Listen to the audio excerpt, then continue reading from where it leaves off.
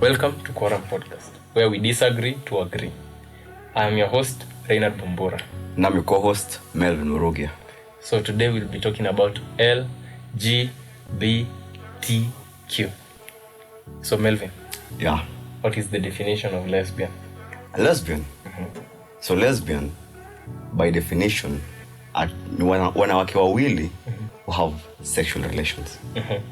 That's what I've come to understand. Yeah. And what about G, the gay? The gays. These are two men who are engaging in the same. What about B, bisexual? Bisexual. These are people who have sexual attractions to two sexes. Yani unapata napenda wanaume na wanawake. Ono mabai. What about the queer? The queer. Hawana watu wajielewi. They don't know where they lie. Hawajui wanapenda nini. Yeah. So yes, what he has said. So lesbians are the people or females that have sexual or emotional engagement with other women. Gays are men who have sexual or emotional relationships with other men. Bisexual is both sexes that have both preferences, sexual and emotional relationship with both sexes. Then we have transgender, those that have a contrary gender that was assigned to them at birth. If they were given male at birth, they are now female.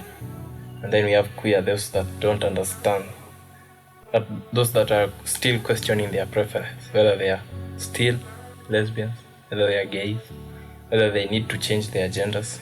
Those are the queer people. And today we'll be talking about that. So stay tuned. Kwa hivyo mkae ukijua topic ya leo ni moto sana. What is your opinion on LGBTQ? Personally, I don't like it kabisa. Like everything I believe in it goes against. Unaelewa? So for me, kitu naamini ni a man and a woman. That is how it's meant to be. Lakini ya mwanaume, mwanamke. For me personally, it's something I cannot let. It's easy to slide to. So again, unaona in that degree between lesbian, gay, bisexual, transgender, queer, which one or two that look quite abnormal? Ile abomination kabisa. Of course, got top of the list, gays. Yeah. Alafu Photo na transgenders. Transgender. Yeah. At the bottom of the list, utapata lesbians. Kwa nini? You know, for some reason, it's how we're wired, unaelewa? Unajua, as a man, for me, sijui iko aje lakini. But a woman na mwanamke, it looks a little bit more tolerable kuliko wanaume wawili. Okay. Yeah. You know. Yeah. Hey. So you have different views. I mean, you got very different views. So me, nasema at all. At the top of my list ni gay. Then lesbian, alafu transgender, alafu bisexual. Bisexual comes at the lowest kabisa. Bisexual. As in akona both preferences. So ni kitu anaweza rectify. Bisexual ni kitu anaweza rectify. Correct. Yes, akona passion on both sexes. As in anaweza rectify. Anaweza talk kama ni ndume, kana ako in those two both nini relationships. Sibasi anaweza nini? Kayo ndo argument. Sibasi anaweza kosa kuingia akose kupenda wasichana akaikipenda wanaume. So no. You should look at both ends of the scale. Anaweza swing apende wanawake peke yake au apende wanaume. Sasa swali ni mbona lesbian basi ndio iko on your lowest list? For some reason, I cannot explain it, unaelewa? Niko sure if you ask most men uko nje, they'll have the same answers as me. Si mimi peke yangu. Ini kitu I've asked a lot of people, nimeuliza wase wengi sana. Why do you find wanaume wawili ikiwa illegal ama illicit kuliko wanawake wawili? Wote wanasema tu hivyo tu inakaa tu kuwa It's the narrative people sell, unaelewa? Lakini sasa bado kuna another narrative na utuambi. Gani hiyo? Hiyo nyingine. Ya Lesbians. lesbians. Azin unaweza change. Ama upate kitu kama inaitwaje? A polygamous. Sasa ienda up ikue polygamous. That's as in men see that. Unaiona. They think that they can change the women. Sasa ikue ni threesome. Kitu kama hiyo ama three-way. A polygamous ni marriage.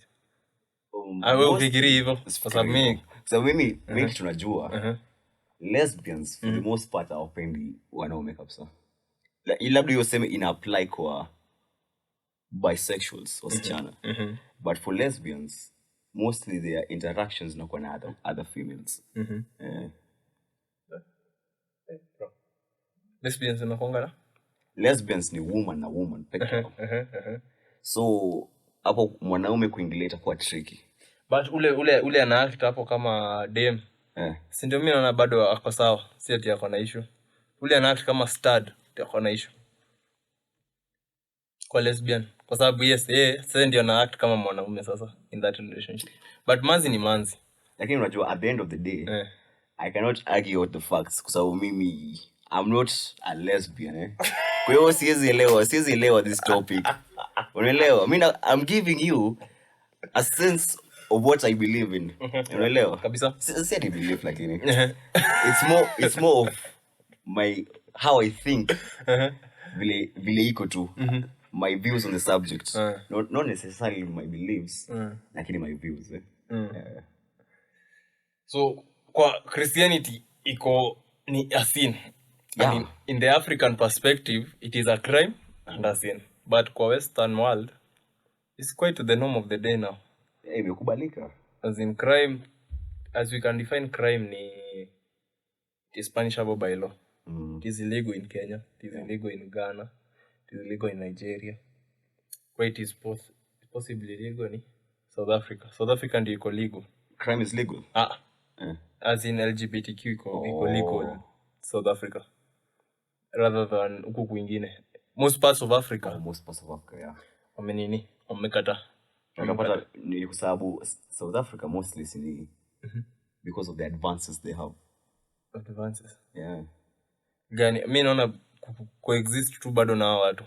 I usually think bado the Western bado is part of South Africa. Unajua sika Kenya. Sasa vile tuligain independence tulifukuza wakoloni. But them wakacohabit now. Yeah. So mainly hiyo inaweza kwa sababu inaweza kwa the catalyst why wako hivyo sasa. So tunapata Western is it's the legal. Yeah, it's legal. How does this affect what Africans will need? Because unajua sasa the globe has been reduced to a village. As in mtu anaweza toka hapa aende huko. How do people absorb that culture shock? I think it's a culture shock. Ukiwa hapa peke uja assimilate ati huko umeassimilate tu ni ndume na manzi. Huko kwingine unapata it is legal, hata watu wanatembea hivyo kwa streets. Lakini unajua wafaa kuangalia kitu moja. You know the Western world, ukiangalia Africa, they view us as kawa too primitive. So hadi tukiwaambia ati si hatu believe hizi vitu, they'll tell us ni amuelewi. You understand? Ati they have expanded. Unaelewa? Yani wame transcend the norm, yani the beliefs yenye wamekewa na society. Sisi unajua bado tuko na hizo values zetu, bado hazijakuwa shaken na hizo vitu za nje. So we can argue out that is one of the reasons wenye hawezi tuelewa mbona sisi tunakataa.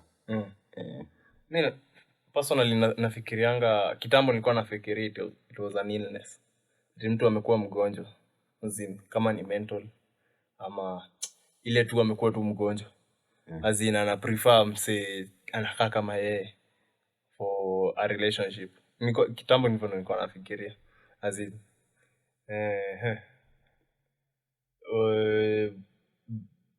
a man and seek another man for a relationship.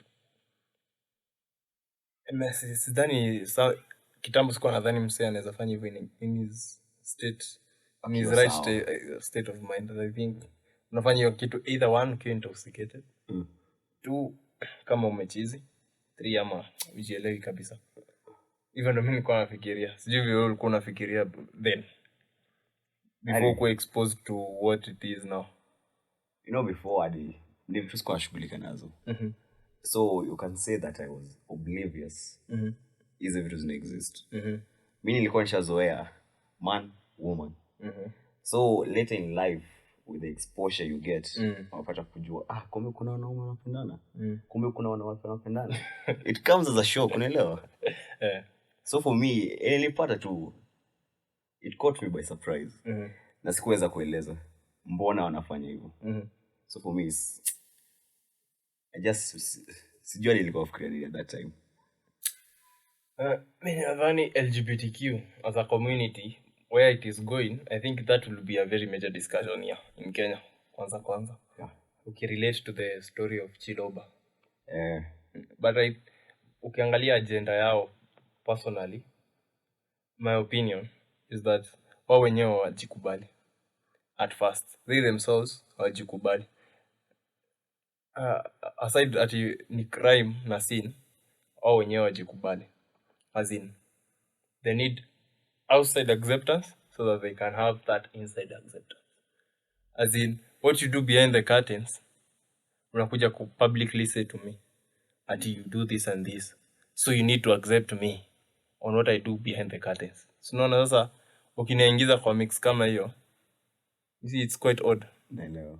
Ni kama sasa hii hata your public affection, hata kama it is between a man and a woman, so zikuja nikwambie ati uko nje, ati hivi ndio nafanya, so utakubali. Public affection sometimes has a degree, kuna ka privacy in even in relationships. I think that privacy ndio waje encompass kwa their nini, their relationships, as in lazima wa preach to us ati we need to accept them as the way they are, but deep down I think they do not accept themselves as they are. Not as a city, they don't accept themselves. Maybe vile nafikiria ni eti they just want you to get a picture ya where they're coming from, unaelewa? So yes, I don't stand for it, but unajua huo ni mtu amezoea, anajua the normal thing ni mimi kama I'm a man, so I'm supposed to love women. So nikipenda mwanaume, so nasikia ni defect. Unaelewa? The defect. So anataka kukwambia mimi sioni kwangu ikikaa defect. So that is the narrative that they're trying to push out. So anataka kukwambia mimi kwangu si defect. So they're trying to force that on you, unaelewa? But ndio sasa hiyo ndio swali yangu hapo inakujia. Inasema, is it right for them to do what they are doing? As in kukuja kuniambia, or I mean that propaganda, or that's preaching to me at it is a normalcy. Even you know, we mwenyewe pia unajua si normal. Yeah. Si normal. Unajua vizuri hiyo si normal. But instead unakuja and we una invade my nini. Unataka ni align to your beliefs and you cannot align to my beliefs. Yeah. But I think pia as we disagree pia tuna agree that kama that is your position and you have stood on it, opposite kuni engage. Kama if I'm not interested, you should not engage me on such issues. As in, nikae hapo nikusikize ati ni affirm ati what you are doing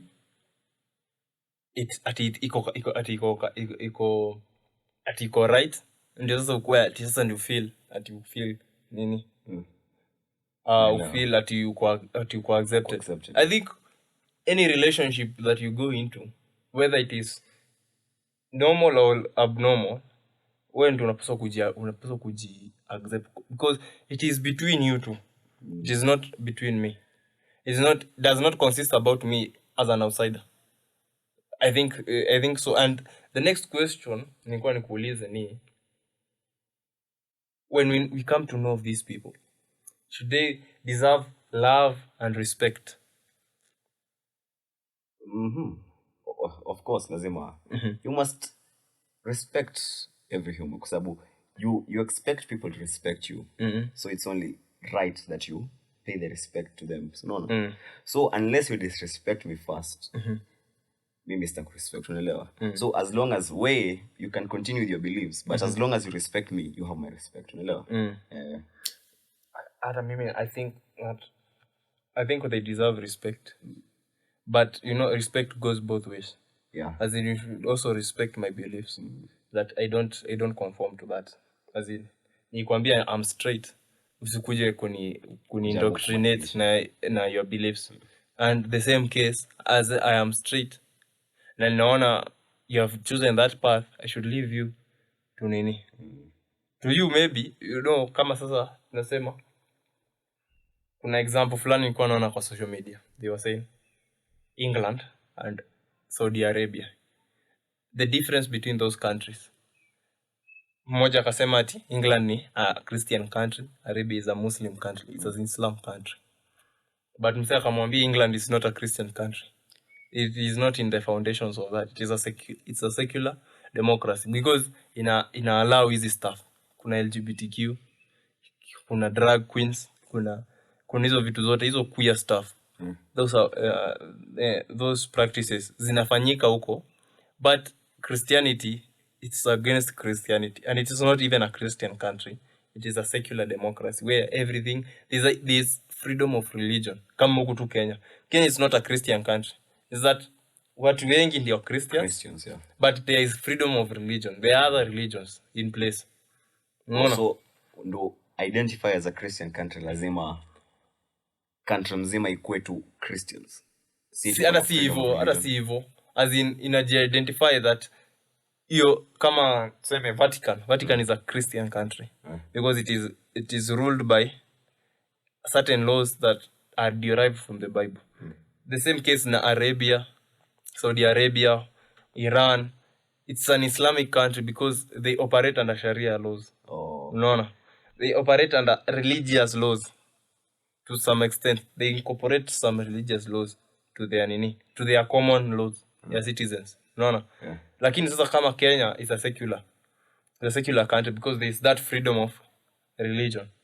So ndio nauliza, do you see this in the near future becoming part and parcel of Kenya? Because sahi iko. We have examples. We have examples of people, even celebs, that have come forth, na declare their stance on that. The only way naona they can fanya kitu grow is if they start pushing the agenda to children. Unajua ukiwa mtoto you hapo una believe kitu yoyote. Hapo ndo you start forming your beliefs from that young age. So ukianza kuambia this small boy ati ni sawa kupenda mwanaume, ata grow up his entire life akijua yako sawa. Understand? Unajua, but for us the older guys, we already know that is wrong. So kuna no amount of pushing can cause us to sort of give way to them, unaelewa? But if they start pushing the agenda from the bottom, so unajua wakikuwa wakubwa, then you'll find that this thing itakuja kuspread, unaelewa? Sasa kama kwa CBC nimeona kuna text fulani wanafunza about types of families. Wafunza the same man to man na akona mtoi, woman on woman akona mtoi, kuna single mom, sasa kuna nuclear, sasa kuna extended. Unajua kitambo yetu ilikuanga tu tatu. Kwanga nuclear, extended na single. Yeah. Pia single ilikuwa. Single parent ilikuwa. Na orphan ni wakati hana familia. But sasa unaona wameindoctrinate sasa kwa text zao. Wameweka sasa those elements in place. Wameanza kuindoctrinate as you are saying. So ni kitu mimi naona it is an agenda. It is being pushed pole. Hata in politics unaona kama the example of Ruto before ingie wakati results zilitangazwa, the first interview hata tukuongelelea shida za Kenya, tukuongelelea, the first thing was kama na support the Western. I think the issue about hii topic ni kwa sababu they do not come in dialogue. Hawataki ku have a dialogue. Sasa hiyo wamekuwa very aggressive. Na ndio maana hata watu wanaishana. as in people don't want even to talk about it. Sababu wamekuja na wanataka na viga, wanataka things to change, but you need to understand there are traditions in place. There are in certain places, or in nearly all places kama Kenya, in traditional setups, that is a taboo. Those relationships are a taboo. Or changing even your gender to another is a taboo, because mbona unakataa kujiaccept in such a in the gender that God has placed you, umeenda kwa ingine. No. But I can understand, because there are other complications that can be exempted from that, like an non-binary. Mtu amezaliwa na both sexes, but it's very rare. Ni rare sana. Ni rare. So ndio upate mtu ako na 2 genders. It's very rare. The cases sidhani less than 0.1% of the global population. Unaweza sema they have 2 sexes. Unaelewa? So what about the 99.9%? So basi nyinyi mko sawa. So you should do things the correct way. So mimi naona kama the society ina degree na control how laws, how this LGBTQ agenda ama notion will be on effect. Kama society imekataa kabisa, itakuwa in effect. Hata watu waiweke, hata lawmakers waiweke, then itakuwa in effect, ama kutakuwa na that much hate, what they term as homophobia. But ndio sasa nauliza, how can you distinguish between homophobia and hate? Or is there any distinction between homophobia and just purely hating? Una hate too? Homophobia? I think homophobia is more to do with kuchukia kenye wanafanya. Hating, I think it surpasses that, na unachukia wao wenye wanafanya hizo vitu. Unaelewa? So that's my distinction between the two. Between the hate and the homophobia. Homophobia to me naona kama iko azina anachukia, kama anachukia the act of what they're doing. Na certainly ina go along pia na kuchukia ule msana ifanya. Azin ule msana ifanya, ukipata couple fulani una avoid kabisa. Unaona jamaa amekataa hata hii associate na watu kama hao, because ile vitu wanafanya it's beyond nini yake. And I think homophobia sana blacks in this talk ya LGBTQ, I think they have been trapped in a dilemma where kama au support unakuwa placed in a position of racism. Unaambiwa that's how racism also worked. I think blacks have fell victim na sana wale wako huko maju. Wale sasa tuseme they are conservatives of the heterosexual nini, your relationship of a man and a woman. They are very conservative on that, na wataki anything apart from that. I think racism na homophobia imeanza kutumika as a tool to progress this agenda. As in ukiwa homophobic, unaambiwa as a black man, how can you be that nini? It's like being a racist. So unataka kuwa devoid of that. So unaanza ku compromise. Unasema by the way mimi sina shida, ama ufanya vile unafanya. I think respect goes both ways. Nilikuwa nasema earlier that unapaswa kufanya as in ukifanya don't involve me, as in na pia nikijua unafanya I should not address you. I think I should mind my business. It has come to the point now hata we are not even defining what is right or wrong. Sasa hii tunakuwa in a position ya to mind your own business. As in huyu amesema anataka kufanya hivi, mwache afanye, but asiingililie in your circle of business. As in kama ni familia yako, umewatrain into a certain set of beliefs, asi mtu anakuja nje ati anamwambia ati kuwa this, kuwa lesbian, kuwa gay, kuwa bisexual, kuwa transgender is okay. I think hiyo ndio mbaya. Hata ukiona in films sasa wameanza kuincorporate hiyo. It's an agenda that is continuing pole pole. Kama sasa ukiona Netflix, let's say Netflix umeanza kuweka hata kama haina sense character tu, hata haina sense wakuwa hapo, wamemweka tu passive kuwa gay ili tu just to be inclusive. But sana mimi sioni kama that is the playing game wanafanya. I think ni ile tu wanataka kuicreate kuwe normalcy. Ile kitu inaendelea ni these people are in a tug of war. So watu wanavuta. So the first one to give way ashapatio mwingine power, unaelewa? So wa kwanza unajua, for example, maju western society has already given way. Kwa hivyo watu wako na power huko. So unajua wakisha conquer huko, basi ni hivyo, kwa sababu you know we get most of what we get for entertainment from the western world. So unapata watoto wetu ama people from other nations wakiwatch huko, they see these things happening, alafu wanafikiri ni kitu normal. So they end up believing that these things are normal. So I believe that the war was lost unless they decided to accept it. So now we are at a point of no return, kwa sababu the only thing we can do is tushikilie as a nation, sisi wenyewe tushikilie, we don't give way. But sasa ukiangalia sasa kwa films, unajua sasa si lazima uone film ndio ujue kuna kitu kama hii ndio inafanyika kwa hii film. So in that case, before hata uban, a certain degree of people wameshaiona.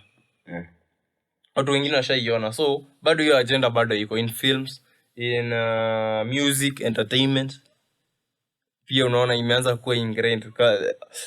Like lately kama watu kama Lil Nas X kuja forth, na unaona music yao kwanza it is even marketed far greater than other songs huku ni kuna wimbo fiti sana, but because kuna msee amejialign na stuff fulani agenda, na hiyo agenda unaona anakuwa catapulted to another level. Ina reach every person through phone, through nini, lazima ifikie kila msee. So unaona there is some sort of, they are not balancing the skills in their favor. Hata msee akitaka kuichukia anaichukia for a reason, and they are giving way to that reason being evident. Unaona? As a community sidhani wanapaswa engage in political ama nini where you are forcing. I think it should be you yourself. Unaona? Lakini you know uko western ishakuwa political. Ishakuwa political. So you find that hadi our watu wametengenezwa laws zao. So if you start incorporating such things kwa government, then ni hivyo ushapoteza hiyo. Na ndio nasema kama like a nation where we are heading, I think itakaa kiasi, kwa sababu kama sasa hii story ya Chiloba, the good the good thing, but it's just normally a good thing for that ikawezesha ku stop the agenda. Ni his partner ndio alimuua, it was not a person outside. Unaona? Kwa sababu ingekuwa someone outside ingekuwa agenda. Sasa tumeanza hata US unaona vile walikuwa wamekuja wamewei na wanataka kuinvestigate, but sasa wameona ni part of the culprit bado ndio a person in the community, so ikaachiwa hapo. So sometimes naonanga kama hiyo agenda pia inakuja kuban the country, as in imekuja tu it is very divisive. It's very divisive. It's very walai. Because you know one thing nilisoma, I read something on the internet. Nasemanga information ni kitu powerful sana. So if you use misinformation, then you can use it as a very powerful tool to push something that is wrong kwa watu, unaelewa?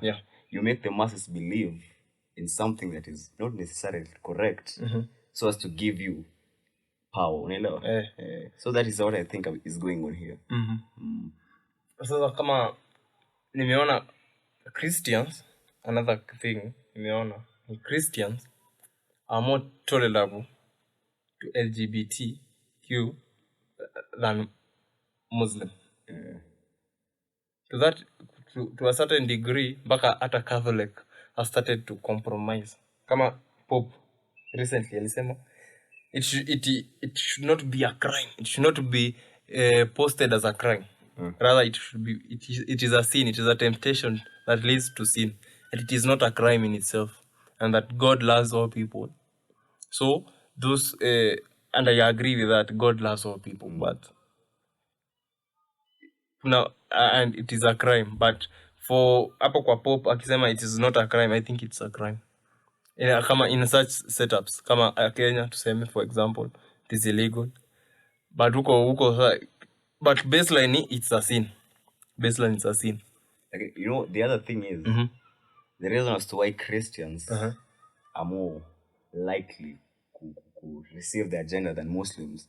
So if you look at the way they're brought up, so take a Muslim child, take a Christian child. Mtoto Mkristo atakuwa tunaenda Sunday school anafunzwa hizi vitu zote, lakini this person who's in Islam he has a rigid way of thinking. So atakuwa atashinda kiambiwa inafaa kuwa hivi na si vingine. Then on the other hand utapata huyu Mkristo anaenda church anafunzwa hivi. Anaenda kuingia anaambiwa unafaa kuwa flexible, some things unafaa kuchukua. You love all, changing, unaelewa? You love all. Should love your neighbor, nini. But kama sasa as I was doing my research on LGBT, niliona Islam does not have a concrete way of punishing LGBT. Yes, it is a sin and it's a crime, even in their law. But there is no remedy for that solution.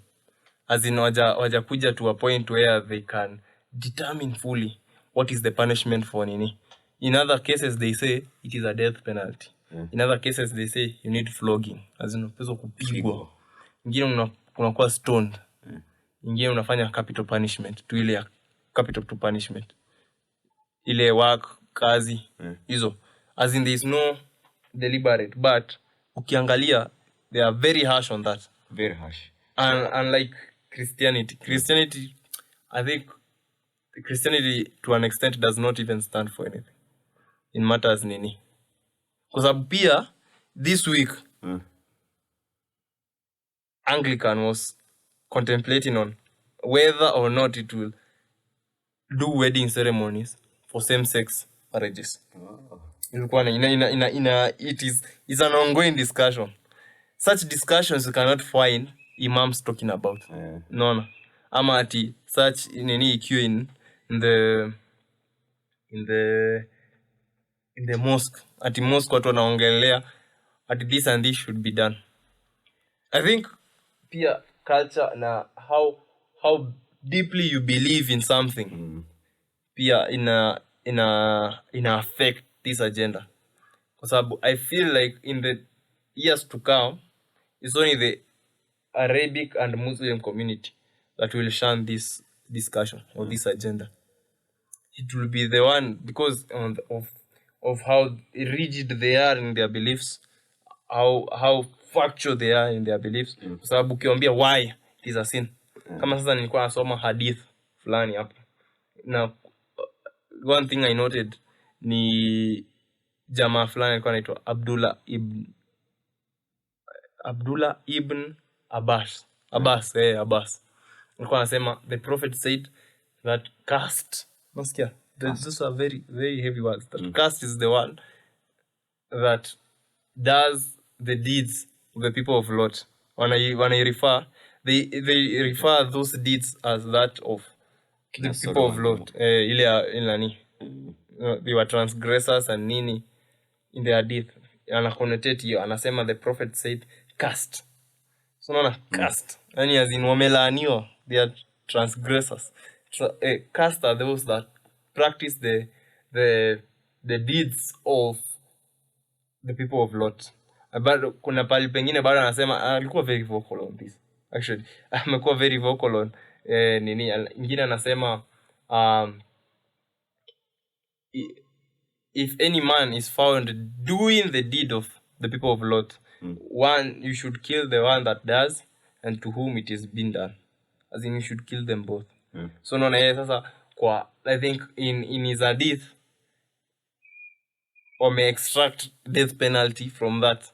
As in, if you are caught doing that, unaweza kuwa stoned. Stoned to death. Unaona? Now, kustand, I think standing, Islam will be the only religion or the only community that will stand against this agenda. As things or other na pia independent individuals, independent thinkers wanasema hii na hii as in hapa hatutaingia. As in hii discussion si tutaisha anytime soon. Of course. And hata ndio inaanza. Ndio inaanza na ndio ina pick momentum. Na itaenda kila mahali. As I can see it. We cancel. Huyu amelala bana. So, you know, another thing about also Christians, you know, we sort of have conflict of what we believe in. Ukienda kwa the Old Testament, unapata Mungu was so offended by the act of hizi vitu kuendelea that he had to kukuja na fire and brimstone, hata sijui brimstone ni destroy an entire city, unaelewa? But then you find in the New Testament we have Jesus who's somehow more accepting, unaelewa? Anasema tusijudge because as in ourselves we are sinners. Unaona Yesu hakuwa mbaguzi. Kama wewe ni prostitute anakubali. Unaelewa? But sasa unajua pia sisi we are expected to have the same standard, tusibague. Because we are Christians. And try set the example. So for me, I keep on asking myself, if kama hiyo ndio kitu angetaka, unaelewa? Sure ali kuna sin, yes, it's a sin. Lakini ali mingle now in the text alikuwa anataka kuwabadilisha kuwaleta waone salvation, unaelewa? So for us, yes, tunafaa kuwa accepting kwao, but only if they are willing to change. Unaelewa? If they have that kama sasa tuseme queer, those that are questioning their sexual preference, so kama wewe unaweza direct, unaweza muonesha heterosexual ndio the way to go. Unaona? But unajua kuna mwingine ako ingrained ati manzi ni manzi, mwingine ndume ni ndume. Unaona? So hiyo ways hiyo it's very hard kumbadilisha. And so we are sort in a dilemma, unaelewa? Are you supposed to hate or to accepting? Ni swali ya next time. Ni swali ya next time. We're leaving that question to you guys. Mjibu hizo maswali. Mjibu hiyo swali. Is it should we hate? Should we accept? Or should everyone mind their own business from now on? That is the question of the day. So stay tuned for more.